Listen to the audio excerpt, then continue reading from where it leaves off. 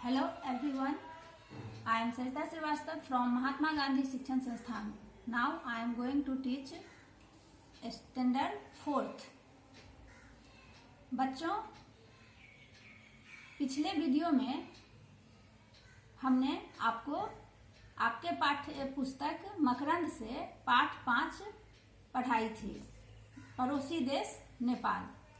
आज हम उसी पाठ का अभ्यास के प्रश्न को समझेंगे। आप इसे ध्यान पूर्वक देखोगे, समझोगे तो आपको प्रश्न उत्तर बनाने में आसानी होगी। तो आओ हम अभ्यास के प्रश्नों को देखते हैं।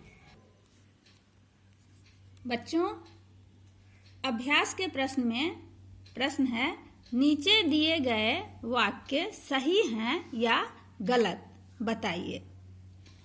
पहला क है, नेपाल पहाड़ी क्षेत्र है। अब यह वाक्य सही है या गलत?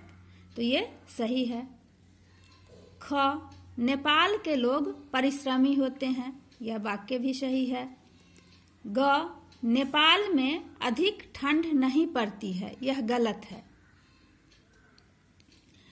घ, काठमांडू नेपाल की राजधानी है। सही है।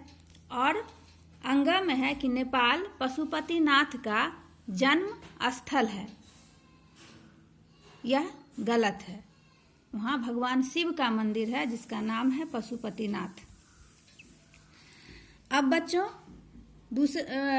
अगला प्रश्न है, उचित विकल्प के सामने सही का निशान लगाना है। क में है, गोरखे और शेरपा नेपाल के कैसे निवासी हैं? तो इसका सही उत्तर आपको होगा मूल। 3 उत्तर दिए हुए थे लेकिन सबसे सही जवाब है इसका मूल।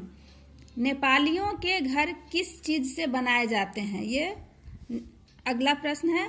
तो इसमें 3 उत्तर दिए हैं, ईंट सीमेंट से, बांस लकड़ी से और गारा सीमेंट से। तो इसका सही जवाब होगा बांस लकड़ी से। ग में प्रश्न है बच्चों, नेपाल की कामधेनु किसे कहा जाता है?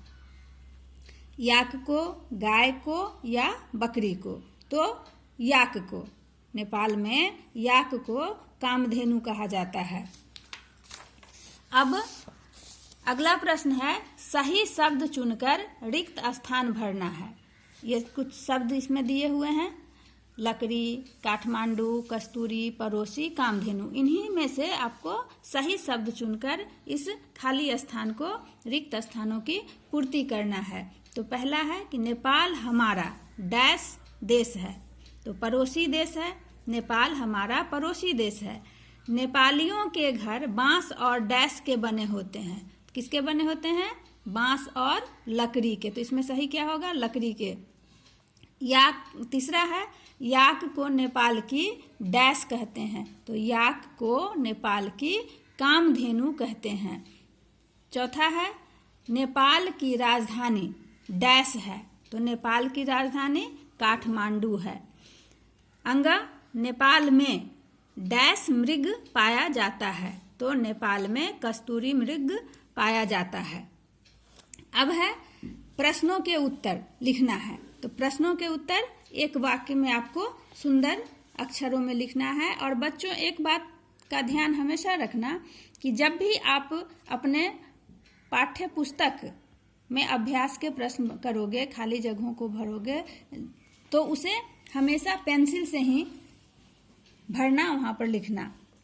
पहला प्रश्न है आपका, नेपाल में कौन सी 2 प्रमुख जातियां पाई जाती हैं? तो बच्चों, उत्तर होगा कि नेपाल में गोरखे और शेरपा 2 प्रमुख जातियां पाई जाती हैं।